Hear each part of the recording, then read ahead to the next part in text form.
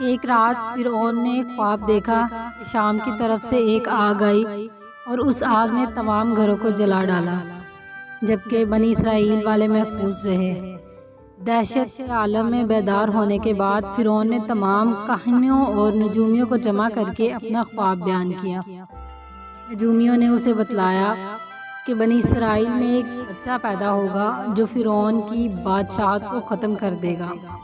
بنی اسرائیل کے ہاں بھی شروع سے ہی یہی بات مشہور تھی، لہٰذا اس خواب کے بعد وہ مزید فکر مند ہو گیا اور اس نے حکم جاری کر دیا کہ بنی اسرائیل میں پیدا ہونے والے تمام لڑکے قتل کر دیے جائیں گے۔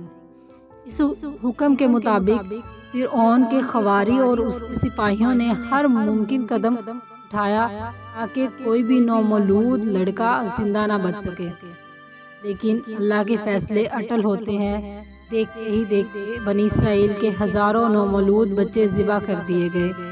ان دنوں حضرت موسیٰ علیہ السلام کی والدہ اپنے حمل کے ابتدائی دنوں میں تھی۔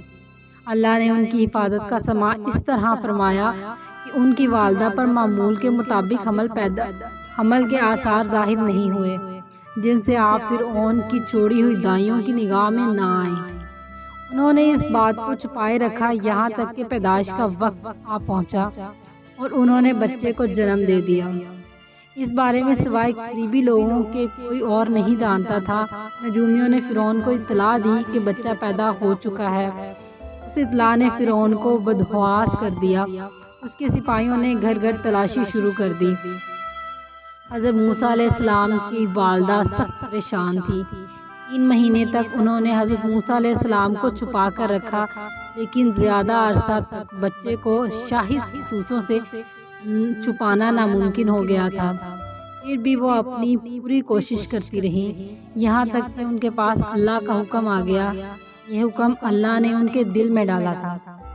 حضرت موسیٰ علیہ السلام کی والدہ کے دل میں خیال آیا کہ تابوت کی طرح ایک صندوق بنایا جائے اور اس بچے کو اس صندوق میں رکھ کر دریائے نیل کے بہاؤ پر چھوڑ دیا جائے۔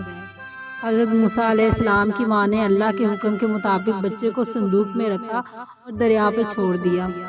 ساتھ ہی موسیٰ علیہ السلام کی بہن سے کہا کہ تم اس کے پیچھے پیچھے چلتی جاؤ۔ لہٰذا وہ دریائے نیل کی موجوں میں چلے اور ان کی بہن کنارے کنارے چلتی گئی۔ صندوق بہتا ہوا محل کے تالاب میں پہنچ گیا۔ وہاں فرعون کی بیوی اور خادمائیں لطف اندوز ہو رہی تھی کہ صندوق پر ملکہ کی نظر پڑی۔ اس نے کنیزوں کو حکم دیا کہ صندوق کو تالاب سے نکال لاؤ۔ جب صندوق کھولا گیا تو اس میں ایک حسین اور تندرست بچہ آرام سے لیٹا ہوا تھا۔ ملکہ بہت خوش ہوئی، اس کی آنکھوں میں ممتا اتر آئی۔ شفقت و محبت سے بچے کو گود میں لے لیا۔ ملکہ نے سوچا کہ اس بچے کو بیٹا بنا کر پالنا چاہیے۔ محل میں کسی نے خدشہ ظاہر کیا کہ یہ بچہ بادشاہ کی سلطنت کو ختم کرنے کا سبب بھی بن سکتا ہے۔ فرعون کے دل میں بھی یہ خیال آیا کہ کہیں یہ بچہ بنی اسرائیل کا وہ لڑکا نہ ہو جس کے بارے میں نجومیوں نے پیش گوئی کی تھی۔ لیکن فرعون کی بیوی نے کہا یہ بھی تو ہو سکتا ہے کہ یہ بچہ ہماری آنکھوں کی ٹھنڈک بنے، یعنی ہم اس کو اپنا بیٹا بنا لیں۔ اس پر فرعون نے کہا یہ صرف تیری آنکھوں کی ٹھنڈک ہے، میری نہیں۔ میں نہیں چاہتا بنی اسرائیل کا کوئی بھی بچہ میری نگرانی میں پلے، لہٰذا یہ صرف تیری آنکھوں کی ٹھنڈک ہے۔ حضرت ابن عباس رضی اللہ تعالیٰ عنہ فرماتے ہیں کہ اگر فرعون یہ بات کہہ دیتا کہ یہ میری بھی آنکھوں کی ٹھنڈک ہے تو اللہ تعالیٰ اسے بھی ہدایت دے دیتا۔ ملکہ نے اس بچے کا نام موسیٰ رکھا، جس کے معنی ہے وہ شخص جو پانی سے نکلا گیا ہو۔ بچے کو جب محل میں لے جایا گیا تو اس نے دودھ کے لیے رونا شروع کر دیا۔ بچے کے پاس دودھ پلانے والیاں گئیں، لیکن بچے نے کسی عورت کا بھی دودھ نہ پیا۔ جو عورت بھی آپ کو دودھ پلانے کی کوشش کرتی ناکام ہو جاتی۔ ادھر حضرت موسیٰ علیہ السلام کی بہن دور کھڑی یہ سب دیکھ رہی تھی۔ موسیٰ علیہ السلام کی بہن نے فرعون کی بیوی سے کہا کیا میں تمہیں ایسا گھر نہ بتاؤں جو اس بچے کی تمہارے لیے پرورش کرے اور اس بچے کی خیر خواہ ہو، اس لیے کہ کوئی غریب گھرانے سے تعلق رکھتی ہے۔ جب انہیں معلوم ہوگا کہ یہ بچہ فرعون کے گھر سے آیا ہے تو انہیں انعام و اکرام ملنے کی امید رہے گی۔ اس گھر میں نیک سیرت خاتون ہے، وہ اس بچے کو بخوشی دودھ پلانا قبول کرے گی۔ فرعون کی بیوی نے کہا چلو ٹھیک ہے، لہٰذا آپ کی بہن نے انہیں گھر لے کر آئی۔ محترمہ نے بچے کو دودھ پلایا، آپ نے فوراً دودھ پی لیا۔ اب چونکہ بچے نے کسی اور کا دودھ پینا قبول نہیں کیا تھا، اس لیے وہ خود بچے کو لے کر آتے تھے۔ اس طرح موسیٰ علیہ السلام کی والدہ کا بے حد احترام ہونے لگا۔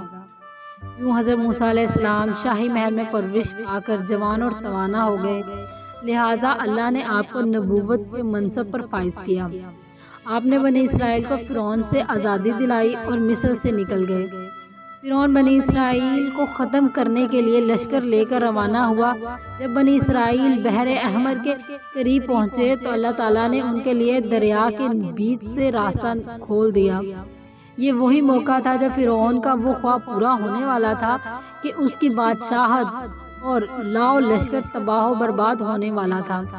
بنی اسرائیل سمندر کے پار چلے گئے، مگر جب فرعون اپنے لشکر سمیت اس کے پیچھے آیا تو سمندر کا یہ راستہ بند ہو گیا اور وہ اپنے لشکر سمیت اس سمندر میں غرق ہو گیا۔